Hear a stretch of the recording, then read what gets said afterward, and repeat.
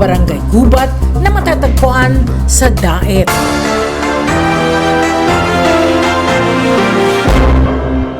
Ang Barangay Gubat sa Daet, Camarines Norte ay kilala hindi lamang sa pangalan nitong hango sa masaganang gubat ng prutas, kundi pati na rin sa maayos sa pamumuno at aktibong pakikilahok ng mamamayan. Patuloy na pinapatunayan ng Barangay Gubat ang lakas ng kanilang komunidad. Sa kasalukuyan, may 1,083 kabahayan ang Barangay Gubat kung saan 14 dito ay informal settlers, katumbas ng humigit kumulang 1.29% ng kabuang household population. Nahahati ito sa 5 purok na isinunod sa pangalan ng mga prutas: guyabano, ubas, bayabas, atis at chiko. 3 sa mga ito, guyabano, ubas at bayabas, ay kabilang sa Moreno District. Ang atis ay sakop ng Gubat Centro District, habang ang chiko ay bahagi ng Mandulungan District na may sarili ring mga zone officials. Isang indikasyon ng mahusay na desentralisadong pamamahala. Sa kabuuan, ang Barangay Gubat ay may sukat na 288.8 hektarya at saklaw nito ang ilang kilalang village at sityo gaya na Cleofe Ecology Village, Del Rosario o Tagungtong at Mandulungan. Bukod sa estrukturadong pamahalaang barangay, tampok din dito ang presensya ng mga charity at NGO, partikular na sa Purok Atis na nagsisilbing sentro ng iba't ibang outreach program. Isang patunay ng aktibong pakikipag-ugnayan ng komunidad sa mga organisasyong panlipunan. Tunay ngang ang Barangay Gubat ay modelo ng isang progresibo at maayos na pamayanan.